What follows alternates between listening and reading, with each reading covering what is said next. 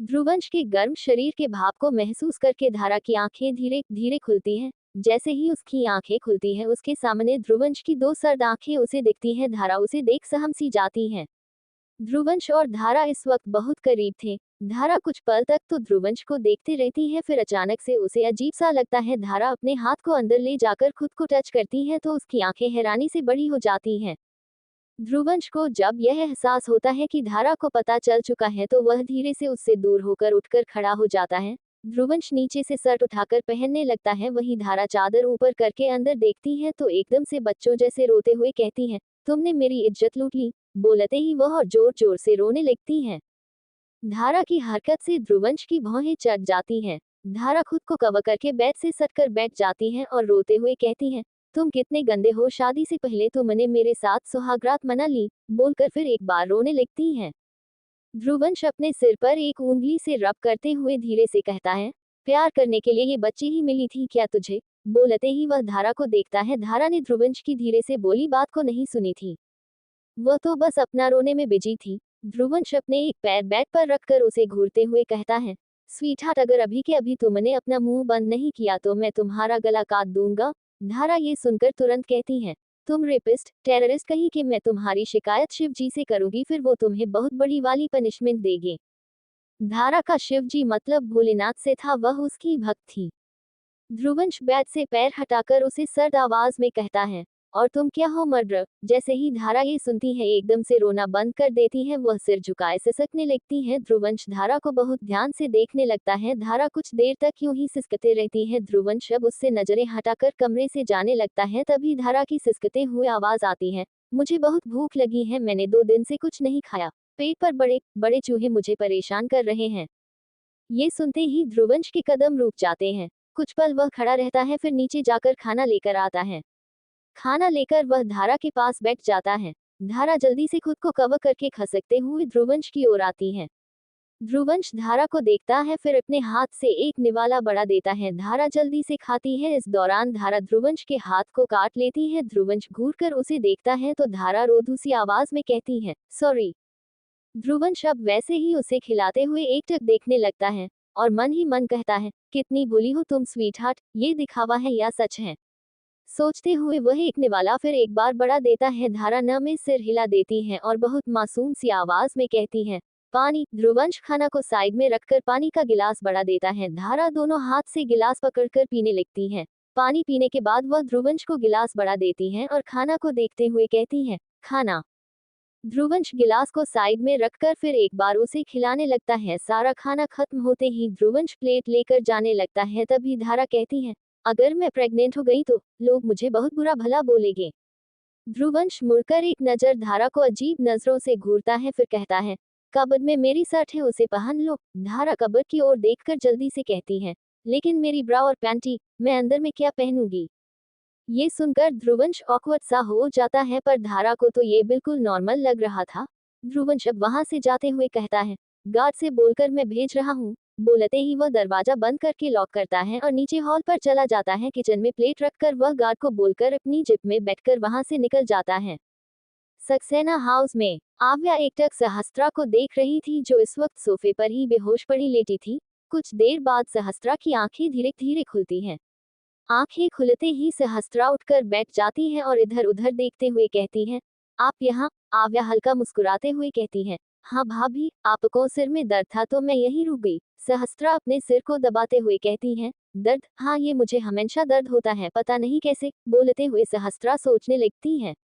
आव्या उसका ध्यान भटकाते हुए एकदम से कहती है, अच्छा भाभी, ये सब छोड़िए और ये बताए भाई और आपके बीच सब कुछ ठीक है, आई मीन सब नॉर्मल है ना। आव्या के सवाल का जवाब सहस्त्रा को खुद नहीं पता था कि आखिर उसका और अव्यान का रिश्ता कैसा है।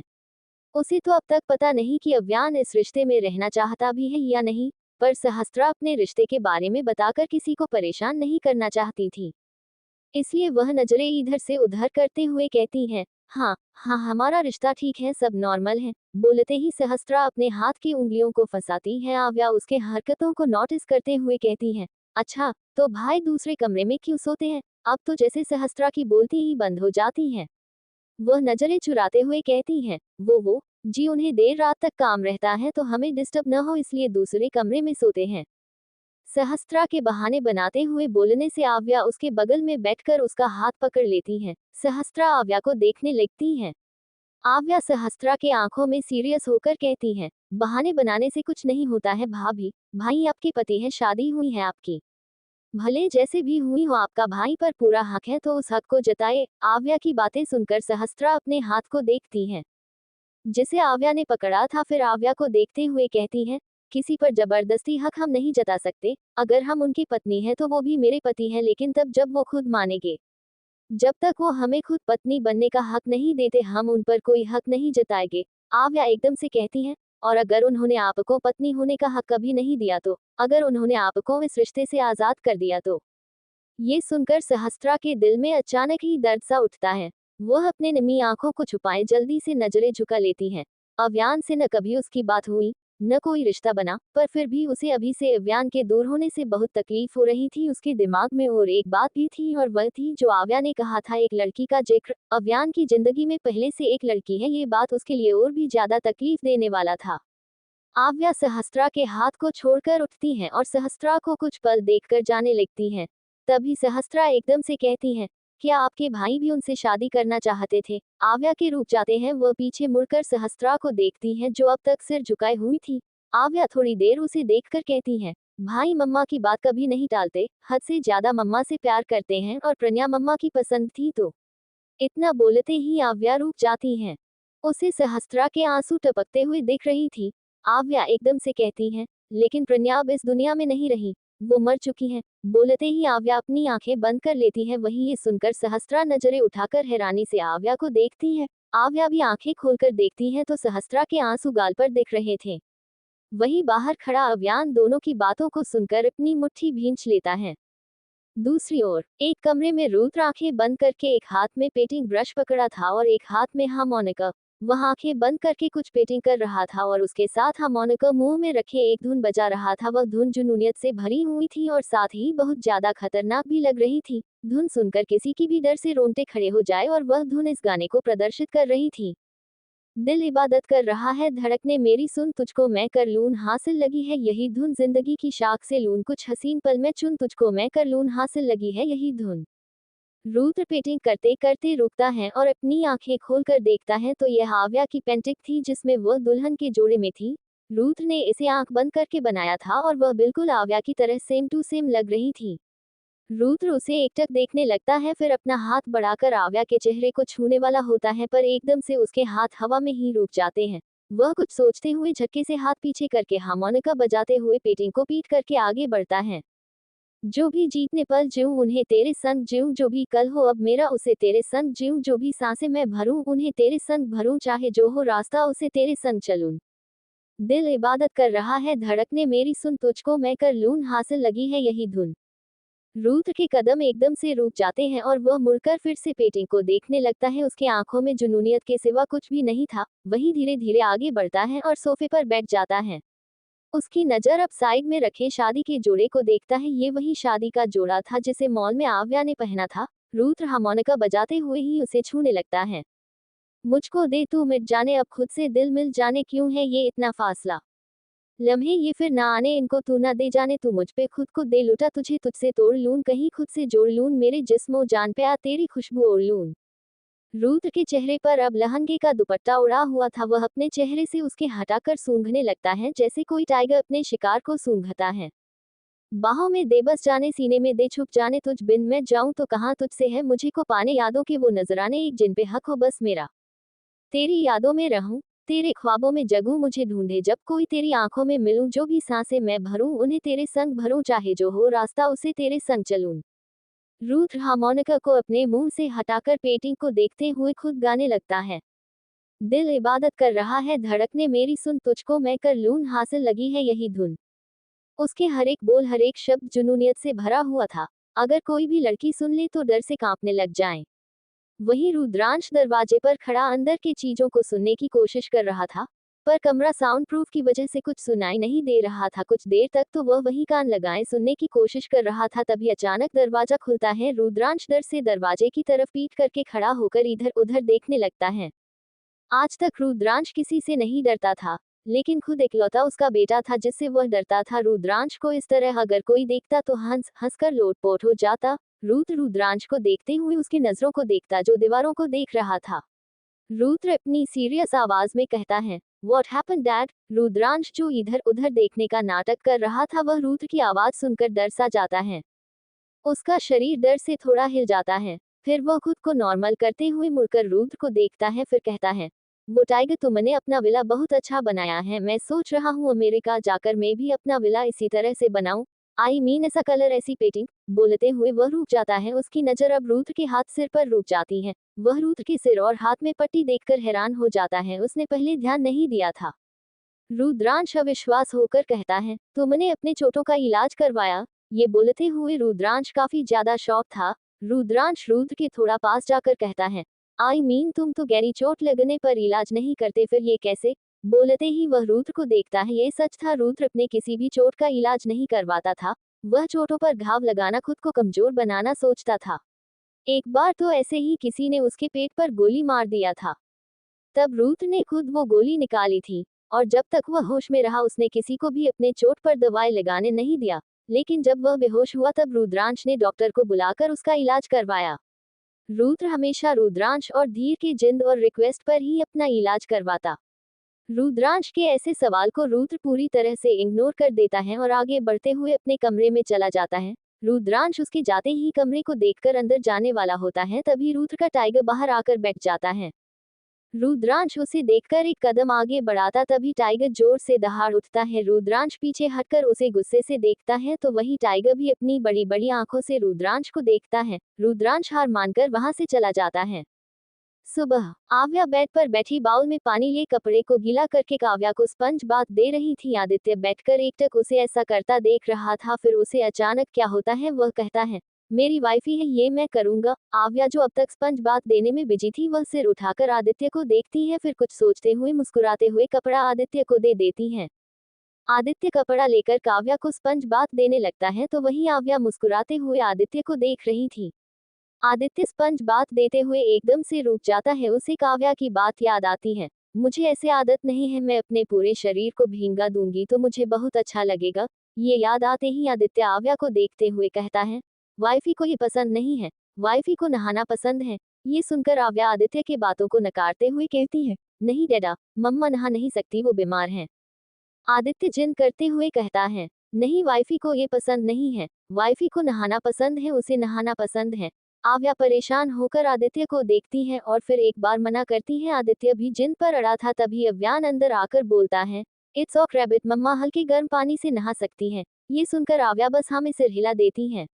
अव्यान वॉशरूम में जाकर बाथटब में हल्का गर्म पानी भरता है और काव्या को गोद में उठाकर बाथटब में अच्छे से लेटाता है और वॉशरूम को लॉक करके बाहर आ जाता है और आव्या को देखकर इशारा करता है तो आव्या हाँ में सिर हिला देती है। वहीं आदित्य नीचे घुटनों के बल खड़ा होकर काव्या के एक एक कपड़ों को निकालने लगता है। सारी कपड़ों को निकालकर वह काव्या को नहलाने लगता है। उसका ध्यान बस काव्या को नहलाने में था। वहीं काव्या का चेहरा एकदम से लाल होने लगता है, जैसे वह शर्मा रही हो, जैसे उसे इस बात का एहसास हो कि वह किस कंडीशन में किसके सामने है।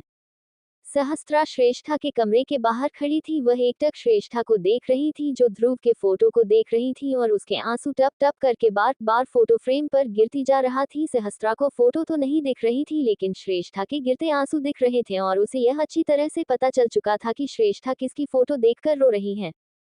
सहस्त्रा अब वहां से चलकर ध्रुवंश के कमरे की ओर बढ़ जाती है। सहस्त्रा जैसे ही कमरे में पहुंचती है वह देखती है ध्रुवंश आईने के सामने खड़ा शर्ट के बटन लगा रहा था। सहस्त्रा उसके पीठ को देखते हुए कहती है, आप अपने डैड को कब नाना जी छुड़ाएंगे? आवाज सुनते ही ध्रुवंश मुड़कर सहस्त्रा को देखता है। ध्रुवंश अब इसी के बारे में सोच रहा था कि वह सहस्त्रा से कैसे बात करे और यहाँ तो सहस्त्रा खुद आकर बोल दी, जिस वजह से ध्रुवंश थोड़ा हैरान हो जाता है। I hope you all like my story. Note, कभी कभी इंतजार कर लिया करो यार, थोड़ा लेट हो जाता। मेरी लाइब्रेरी में सीजन 1 ऐड है, नहीं दिख रहा है तो ये रहा उंगली से नीचे की ओर इशारा। ध्रुवंश और सहस्त्रा इस वक्त शेखावत विला जाने के लिए तैयार थे। ध्रुवंश सहस्त्रा के पास खड़ा था। वह सहस्त्रा के कान में धीरे से परेशानी भरी लफ्जे से कहता है, भाभी आर यू श्योर, आप कर लेगी न? सहस्त्रा श्रेष्ठा को देखते हुए धीरे से कहती है, हाँ। अव्यान सोफे पर बैठा था और उसकी नजर ध्रुवंश और सहस्त्रा के करीबी पर थी। उसके चेहरे पर कोई भाव नहीं थे, वह बस ध्रुवंश और सहस्त्रा के कपड़े जो करीब होने से टच हो रहे थे वह देख रहा था।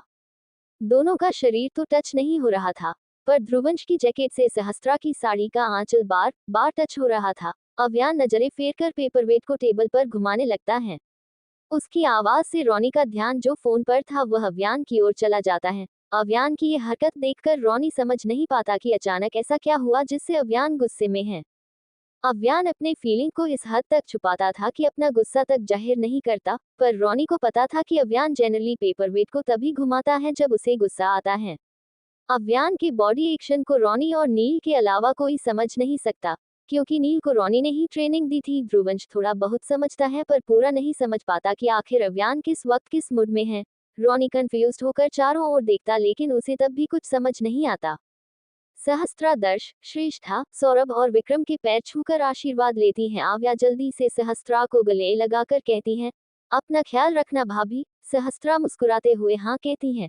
ध्रुवंश भी पहले श्रेष्ठा के गले लगता है, फिर दर्श के गले लगकर उसके कान में धीरे से कहता है, अब डैड आएंगे तो वो आपको बिल्कुल भी मॉम को देखने नहीं देंगे, सो अपनी बिगड़ी हुई आदत सुधारिए और किसी को ढूंढकर शादी कर लीजिए।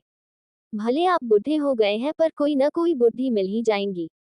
बोलते ही ध्रुवंश दर्श से दूर होकर एकाई विंक करता है और मुस्कुरा देता है। दर्श उसे घूरकर देखने लगता है। ध्रुवंश अब आव्या के गले लगकर उसके कान में धीरे से कहता है, कन्फर्म ट्यूलिप। ध्रुवंश की बात सुनकर आव्या की नजर सहस्त्रा पर चली जाती है। वह सहस्त्रा को देखते हुए धीरे से कहती है, टोटल कन्फर्म। ध्रुवंश आव्या से दूर होता है और उसके माथे पर किस करके कहता है, अपना ध्यान अच्छे से रखना। आव्या भी मुस्कुराते हुए ध्रुवंश के माथे पर किस करके कहती है, तुम भी अपना ख्याल रखना। ध्रुवंश आव्या से दूर होता है और अपना हाथ बढ़ाकर सहस्त्रा से कहता है, चलिए भाभी। सहस्त्रा ध्रुवंश के हाथ पर अपना हाथ रख देती है। अव्यान अब पेपरवेट घुमाते हुए दोनों के पकड़े हाथ को देखता है। रोनी की नजर भी अब अव्यान के नजर पर जा रुकती है। रोनी को जब यह एहसास होता तो वह एकदम से शॉक्ड हो जाता है। वह बहुत हैरानी से अव्यान को देखता है जो अब उठकर अपने कमरे की ओर जा रहा था। सहस्त्रा जा ही रही थी तभी उसे कुछ याद आता है। वह पीछे मुड़कर देखती है। अव्यान सीढ़ियों से कमरे की ओर बढ़ चुका था। सहस्त्रा ध्रुवंश को देखकर कहती है, एक मिनट में अभी आई। बोलते ही सहस्त्रा अव्यान के पीछे चली जाती है। अव्यान कमरे के अंदर जाता है तभी उसे एक प्यारी सी आवाज आती है। सुनिए। आवाज सुनते ही अव्यान के कदम जो धीरे धीरे बढ़ रहे थे वह एकाएक रुक जाते हैं, पर वह पीछे मुड़कर नहीं देखता। सहस्त्रा बहुत धीमे कदमों से चलती हैं और अव्यान के आगे खड़ी हो जाती हैं। अव्यान की नजरें सहस्त्रा पर नहीं थी। सहस्त्रा अचानक झुककर अव्यान का पैर छू लेती है। अव्यान बिना कुछ रिएक्ट किए दूसरी तरफ ध्यान दिए खड़ा था। सहस्त्रा उठती है और अपना सिर झुकाए कहती है, मम्मा जब अकेले नाना जी के पास जाती थी तो पापा के पैर छूती थी। बोलते हुए रुककर सहस्त्रा अव्यान को देखती है। अव्यान का ध्यान अब तक दूसरी तरफ था। सहस्त्रा कुछ पल तो उसे देखती रहती, फिर वहां से चली जाती है। ध्रुवंश और सहस्त्रा अब कार में बैठते हैं। उनके बैठते ही कार चलती हुई सक्सेना हाउस से निकल जाती है। अव्यान बालकनी में अपने दोनों हाथ को जेब में डाले खड़ा था और कार को जाता हुआ देख रहा था। आव्या नाश्ता लेकर आदित्य और काव्या के कमरे में जाती है। आव्या आदित्य के पास जाकर बेड पर बैठ जाती है और अपने हाथ से आदित्य को खाने का एक निवाला बड़ा देती है। आदित्य निवाला को देखता है, फिर काव्या को। आदित्य खाने को देखते हुए कहता है, मेरी वाइफी खाना नहीं खाती, अब से मैं भी नहीं खाऊंगा। बोलते ही वह खाने से नजरें फेर लेता है। जब से वह आया था आव्या ने हमेशा आदित्य को खाना खिलाया पर काव्या को नहीं। आदित्य इस चीज को नोटिस कर रहा था। आव्या काव्या को देखती है, फिर आदित्य को देखते हुए कहती है, डैड अगर आप खाना नहीं खाएंगे तो फिर कभी ठीक नहीं होंगे, और अगर आप ठीक नहीं हुए तो मम्मा कभी अपनी आंखें नहीं खोलेगी। आदित्य आव्या की बातें बहुत गौर से सुनता है, फिर काव्या को देखते हुए कहता है, वाइफी बात भी नहीं करती, वाइफी मुझसे नाराज है इसलिए मुझे देखती भी नहीं है। ये सुनते ही आव्या के आंखों में नमी सी आ जाती है। वह उन नमी को छुपाकर मुस्कुराते हुए कहती है, हाँ मम्मा आपसे नाराज हैं और अगर आपने खाना नहीं खाया तो मम्मा गुस्सा भी हो जाएंगी, फिर कभी आपसे बात नहीं करेगी। ये सुनकर आदित्य जल्दी से आव्या के बढ़ाने वाले को खा लेता है। वही काव्या के आंखों से आंसू बह रहे थे। उसे उसके पास होने वाली सारी घटनाओं का अंदाजा था। उसे आदित्य की हालत भी महसूस हो चुकी थी। काव्या उठकर आदित्य के इस हालत को सुधारना चाहती थी पर उसका शरीर उसे यह इजाजत नहीं दे रही थी। आव्या आदित्य को पूरा नाश्ता करवाती है, वह आदित्य को दवाई देती है और काव्या के बहते आंसुओं को साफ करने को होती है कि आदित्य आव्या का हाथ पकड़ उसे रोक लेता है। आव्या कंफ्यूज्ड होकर आदित्य को देखती है तो आदित्य नमे सिर हिलाकर काव्या के पास लेट जाता है और उसके आंसुओं को अपने होंठ रखकर सक करने लगता है। आव्या ये देखकर काव्या को इंजेक्शन लगाकर कमरे से निकल जाती है। आदित्य काव्या के चेहरे को अपने उंगलियों से साफ करता है, फिर उसके इंजेक्शन लगाए हुए जगह को चूम लेता है। आव्या रेडी होकर हॉस्पिटल के लिए निकल जाती है। वह कार में बैठी फोन चला रही थी, ड्राइवर के साथ बॉडीगार्ड आगे बैठे हुए थे। तभी अचानक कार रुकती है। आव्या का ध्यान फोन से सामने की ओर चले जाता है। आव्या सामने का नजारा देख गुस्से से भर जाती है। बॉडीगार्ड बाहर निकलने वाला था पर आव्या उसे रोककर खुद कार से निकल जाती है। रुद्र इस वक्त कार की बोनट में बैठा सिगरेट की कस ले रहा था और धीर एक आदमी को बुरी तरह से पीट रहा था। आव्या उसे देखते हुए जोर से चिल्लाती है, स्टॉप इट। धीर के हाथ एकाएक रुक जाते हैं। वह सिर उठाकर आव्या को देखता है, फिर रुद्र को। रुद्र उसे कुछ इशारा करता है तो धीर उसे झटके से छोड़ देता है। वह आदमी नीचे गिर जाता है। वह अब तक रुद्र की हरकत देख चुका था कि वह आव्या के एक बार कहने पर ही रुक गया। आव्या गुस्से से रुद्र के पास खड़ी होकर कहती है, तुम न एक नंबर के सनकी पागल लोफर हो। ऐसे बिना मतलब के कोई किसी को मारता है। रुद्र आव्या की तरफ बिल्कुल नहीं देखता और बिल्कुल चुप रहता है। आव्या उसे ऐसा देख चिढ़ते हुए उस आदमी के पास जाकर बैठ जाती है और उसके चेहरे को पकड़कर चोटों को देखने लगती है। जैसे ही रुद्र ये देखता है, वह अपने सिगरेट को मुंह से हटाकर जले हुए भाग को पकड़कर अपने हाथ में रखकर रगड़ने लगता है, जिससे उसका हाथ जल रहा था। वही करके ये साबित करना चाहता था कि आव्या के इस तरह से करने पर किस तरह से जल रहा है। आव्या का ध्यान जहां उस आदमी के चोटों पर था तो वहीं उस आदमी का ध्यान आव्या के सीने पर था। आव्या की कुर्ती थोड़ी डीप थी। अचानक आव्या की नजर भी उस आदमी के नजर पर जाती है। वह जैसे उसके नजरों को खुद के सीने पर देखती है, उसे जोर से धक्का देकर गुस्से से कहती है, यू इडियट। धीर आगे बढ़कर उस आदमी को देखते हुए कहता है, मैम ये आदमी एक रेपिस्ट है, अगर आप इसके रिकॉर्ड देखेंगे तो। बोलते ही वह रुकता है और आव्या को देखता है, जो अब उसे घिन नजरों से देख रही थी। क्योंकि आव्या अब उसे पहचान चुकी थी। आव्या धीर को देखते हुए कहती है, या मैंने इसे एक बार न्यूज में देखा था, तुम लोग इसे पुलिस के हवाले क्यों नहीं करते। धीर एकदम से बोल पड़ता है, आपको लगता है कि कानून इसे सजा दे सकेगा। कानून बस नाम का है, कुछ करता वर्ता नहीं है। आव्या हाँ में सिर हिलाती है, फिर एक नजर रुद्र को देखती है, जो अब तक शांति से बैठा था और उसकी नजर कहीं और थी। आव्या उससे नजरें हटाकर जाने लगती है। तभी वह आदमी धीर को धक्का देकर आव्या को पकड़ने वाला होता है कि रुद्र अपना गन निकालकर सीधे उसके सिर पर शूट करता है और अपनी गन धीर की ओर फेंकता है। धीर तुरंत गन कैच कर लेता है। आव्या मुड़कर हैरानी से उस आदमी को देखती है, फिर रुद्र को देखती है, जो अब उसे ही देख रहा था। आव्या रुद्र के हाथ को देखती है, फिर धीर के हाथ को।